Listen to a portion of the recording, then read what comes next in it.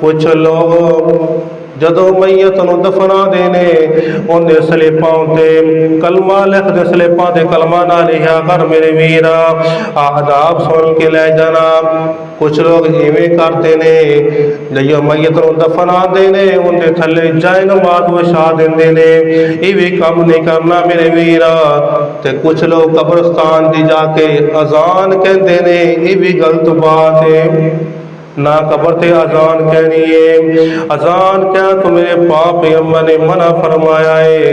उस तो बाद फरमाया जेड़ी कबर है ज्यादा उच्ची भी नहीं होनी चाहिए। मेरे पाक पैगंबर फरमाते ने कबर एक बलिष्ठ ऊंची होवे बस, ज्यादा ऊंची ना होए कबर, क्योंकि मेरे पाक पैगंबर जनाब मोहम्मद सल्लल्लाहु अलैहि वसल्लम ने सैयदना अली अल मुर्तज़ा नूं हुक्म दिता, जाओ जा कब्रस्तान ते जा, जिंदी कबर एक बरिश नूं उत्ते कबर है, जा जाके उन्होंने उठा दे, उन्होंने जाके सही कर दे।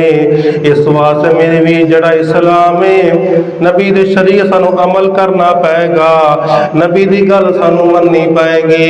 अल्लाहु अकबर। इस वास्ते कुरान की आदा पे नबी दा तरीका साडे वास्ते उसवाए हसना बन के आया है। अल्लाह फरमांदे ने लक़द कान लकुम फी रसूलिल्लाहि उस्वतुन हसना, जो मेरे पैगंबर ने कह दिता साडे वास्ते वो नमूना बन जाता है। अल्लाह अकबर। अल्लाह मेरे वीर जिवें नबी ने सानू आख्या है सानू उवें करना चाहिए। जिंदा पाक नबी दे संग प्यार हो गया, पावे लख गुनाहगार बेड़ा पार हो गया।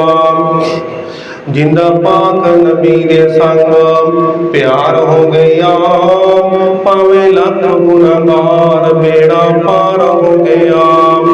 वो हथ नबी दी जिन्ने फड़ाई नथ अपनी, छड़ी सथ अपनी, अपने गल हथनी, बस पीछे पीछे चलना वहार हो गया, पावे लख गुनाहगार बेड़ा पार हो गया।